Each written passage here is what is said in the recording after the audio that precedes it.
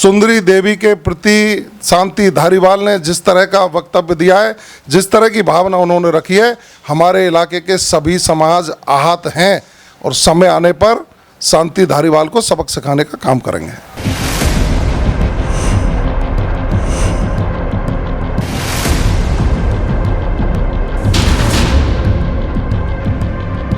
नमस्कार, गुजर्स न्यूज़ पर आपका स्वागत है। आज हमारे साथ है जवाहर सिंह बेडम, जो पूर्व राजस्थान राज्य मंत्री भी रह चुके हैं। उनसे जानते हैं जो राजनीतिक घटनाक्रम हो रहा है उसके बारे में। तरीके से विधानसभा में जो शहीदों की पत्नी थी, उन्होंने अपने हक के लिए लड़ाई लड़ी और वो उनके चरित्र तक आ गई। आप इसे किस तरह से देख रहे हैं? देखिए, सबसे पहले तो मैं धन्यवाद देना चाहूँगा गुर्जर न्यूज़ चैनल के आप सभी साथियों को, जिन्होंने इस विषय को गंभीरता से लिया और हम जैसे लोगों को मंच उपलब्ध कराया। आपके लिए बहुत बहुत धन्यवाद।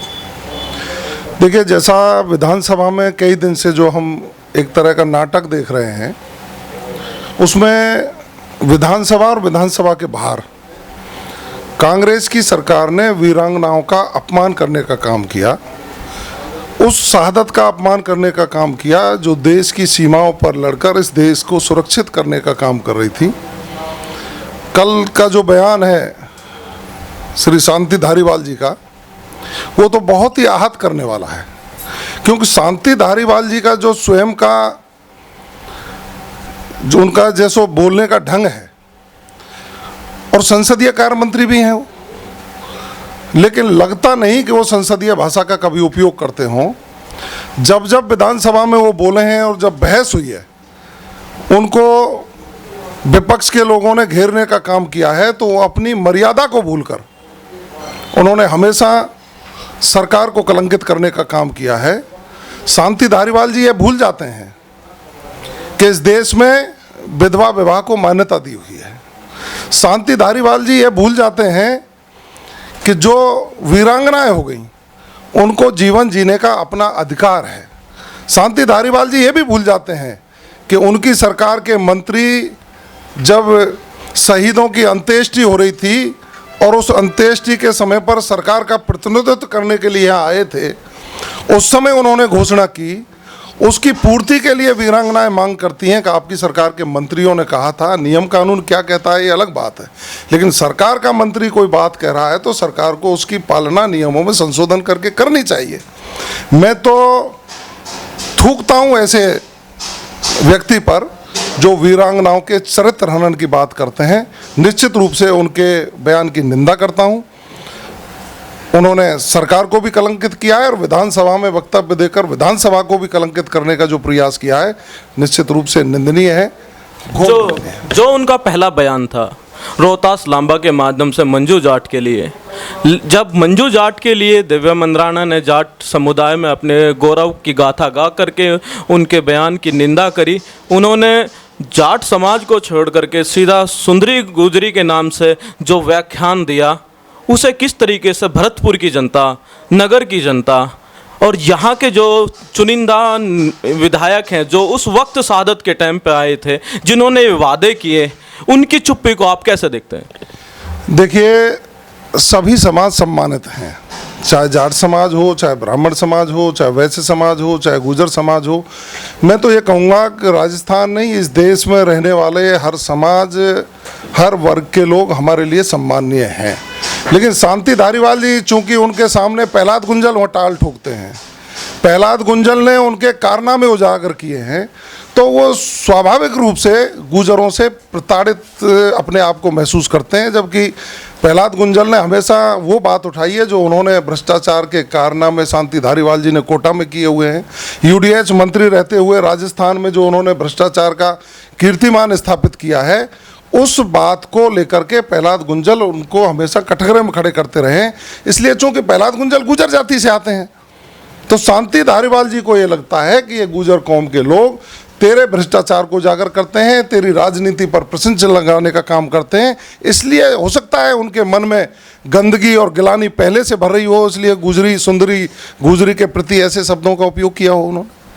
जिस तरीके से एक तो राजनीति में कहते हैं, एक राजनीतिक विचार होते हैं, एक व्यक्तिगत विचार होते हैं, ये जो सामाजिक समाज को जिस तरीके से एक तरीके से टारगेट करना कहाँ तक उचित है ये?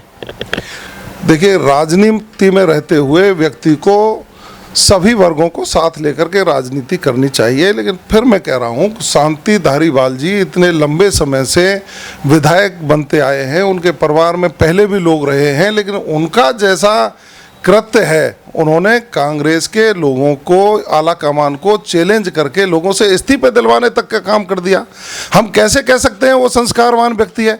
उसके दिल दिमाग में कोई संस्कार ही नहीं है और उससे उम्मीद भी नहीं की जा सकती कि वो वीरांगनाओं का सम्मान कर सके, वो राजस्थान की महिलाओं का सम्मान कर सके। उन्होंने, आपको पता है विधानसभा में पहले क्या कहा था? उन्होंने ये तक शब्दों का उपयोग कर लिया कि बलात्कार जो करते हैं वो मर्द ही कर सकते हैं। उन्होंने राजस्थान को मर्दों का प्रदेश भी कहा है। मैं वही तो कह रहा हूँ, उसका भाव यही था। वो व्यक्ति विधानसभा में महिलाओं के प्रति इस तरह के भाव रख सकता हो, उनसे क्या उम्मीद की जा सकती है कि वो वीरांगनाओं का सम्मान करेगा? उससे क्या उम्मीद की जा सकती है कि राजस्थान की जनता के साथ न्याय करने की बात करेंगे? वो तो गिरी हुई राजनीति और गिरे हुए चरित्र के तहत जिस तरह का उनका व्यवहार है वो निंदनीय, घोर निंदनीय। मैं निंदा करता हूं और राजस्थान विधानसभा में बैठे हुए मैं सभी विधायकों से कहना चाहूँगा कि उनके दिल और दिमाग में वीर और वीरांगनाओं के प्रति और महिलाओं के प्रति जरा सा भी सम्मान है तो ऐसे व्यक्ति का विधानसभा में खड़े होकर के पुरजोर से विरोध करना चाहिए, चाहे किसी भी दल के हों। समाज और वो शहीद की विधवा क्या उम्मीद करे, कौन जवाब देगा? कोई आपको ऐसा नज़र आ रहा है जिसके माध्यम से उन्हें विधानसभा में, जिसे पूरे जो विधानसभा पूरे राजस्थान को रिप्रेजेंट करती है, उसमें उन्हें कोई जवाब देगा दिव्या मंदराना की तरह? देखिए, हम तो सड़क पे हैं। पिछला विधानसभा का चुनाव लड़े, दुर्भाग्य से हम नहीं जीत पाए, लेकिन सड़क पर रहकर जनता के सुख की, दुख की, न्याय की लड़ाई हमेशा लड़ते रहे। हमको 4.25 साल हो गया, लड़ते रहेंगे। ये तो उनको आत्मचिंतन करना चाहिए जो विधानसभा में चुन करके गए हैं, चाहे किसी भी समाज के व्यक्ति हों। बात समाज की ही नहीं है, बात वीरांगना की है, जिसने देश के लिए शहादत दे दी। उसकी पत्नी और बच्चे उनके बाद रह करके अपना जीवन यापन किस तरीके से कर सकें, अपनी ज़िंदगी को कैसे पूर्ति करेंगे, सरकार के पैकेज, सरकार की नौकरी, सरकार के द्वारा की गई घोषणाओं की पूर्ति की जब मांग करते हैं और उनको इस तरह के शब्द संसदीय कार्य मंत्री से सुनने को मिलते हैं, निश्चित रूप से विचारणीय विषय है, सोचनीय विषय है। और विधानसभा से बाहर तो जवाब देंगे ही लोग, बहुत लोग खड़े। विधानसभा के अंदर उन लोगों को देना चाहिए, लेकिन विधानसभा के बाहर बहुत लोग जवाब देंगे। समाज शांति धारीवाल के इस बयान के बाद क्या कार्रवाई करेगा? क्या समाज या आपकी तरफ से किसी तरह धारीवाल जी के प्रति कोई कार्रवाई या किसी तरह का विरोध प्रदर्शन होगा? देखिए, मैंने जो कहा है, मैं लोकतांत्रिक तरीके से मैंने अपनी बात रखी है। धारीवाल जी का समाज के कई लोगों ने कई मंचों पर उस वक्तव्य का विरोध किया है, क्योंकि वीरांगना का सम्मान करना ही चाहिए। और ये बात एक समाज की नहीं है, ये बात वीरांगना की है। और शहीद, महापुरुष, देवी देवता, लोक देवता किसी एक समाज के नहीं हुआ करते। ये सौभाग्य है कि किसी की जाति समाज की माँ की कोख से उन्होंने जन्म लिया, वो सौभाग्य प्राप्त होता है। लेकिन शहादत देने के बाद या महापुरुष बनने के बाद या लोक देवता बनने के बाद या भगवान का स्वरूप प्राप्त करने के बाद वो सर्व समाज के हो जाते हैं।